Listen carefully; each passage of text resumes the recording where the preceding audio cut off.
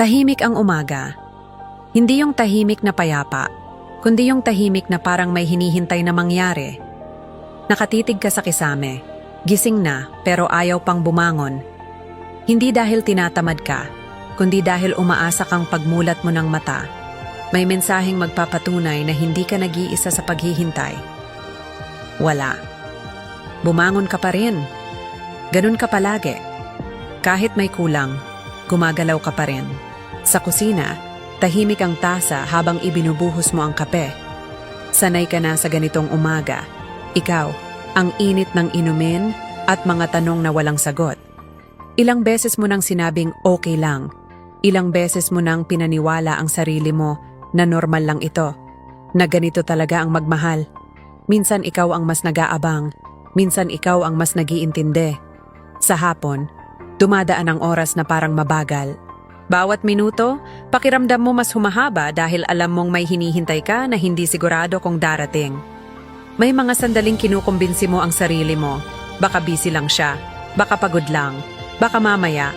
At sa bawat baka, mas tumatagal ang paghihintay. Pagdating ng dapit-hapon, nasa bintana ka. Pinagmamasdan ng liwanag na unti-unting nawawala. Parang ganun din ang pakiramdam, hindi bigla, hindi marahas, kundi dahan-dahang paglayo. Doon mo unang naramdaman ang pagod, hindi pisikal, kundi yung pagod na galing sa paulit-ulit na pag-asa na hindi naman sinusuklian. Sa gabi, dala mo pa rin ang cellphone kahit alam mong wala ka nang hinihintay na mensahe. Nakasanayan na lang, parang parte na ng katawan mo ang paghihintay. May mga alaala kang bumabalik, mga panahong mabilis ang reply, mga panahong ramdam mong mahalaga ka, at mas masakit iyon dahil alam mong hindi ka nag-iimbento. Totoo iyon dati, kaya lalo kang nalilito. Kung dati may ganon, bakit ngayon wala na? Hindi siya umalis ng may paalam. Hindi rin siya nanakit ng direkta. Mas mahirap iyon. Dahil paano ka bibitaw kung wala namang malinaw na iniwan? Hanggang sa isang gabi, habang nakaupo ka sa gilid ng kama, doon mo naramdaman ang bigat.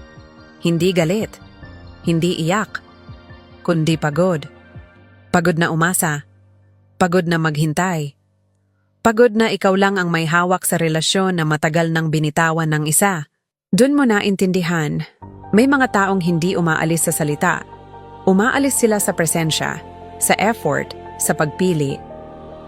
At sa unang pagkakataon, tinanong mo ang sarili mo, hanggang kailan ko papipiliin ang isang bagay na hindi na ako pinipili? Walang sagot agad. May takot. May panghihinayang. May parte sa'yo na gusto pang umasa, pero mas malakas na ang pagod kaysa sa takot. Kaya dahan-dahan, pinili mo ang sarili mo. Hindi dahil galit ka, kundi dahil ayaw mo nang mawala sa paghihintay. Tahimik ang desisyon mo. Walang drama. Walang paalam. Hindi dahil wala kang naramdaman, kundi dahil sapat na ang naramdaman mo. At sa unang gabi na wala ka nang hinihintay, doon mo naramdaman ang kakaibang gaan. Masakit pa rin. Pero buo ka, at sapat na iyon. Gusto mo bang makatipid sa mga binibili mo? Bisitahin ang Smart Save to Shop. Nasa comment section ang link. Kung nagustuhan mo ang video, paki-like, mag-comment, at i-share. Malaking tulong po iyon sa amin. I-follow kami para manatiling updated sa mga bagong videos. Forever blessed. God bless. Ingat lagi.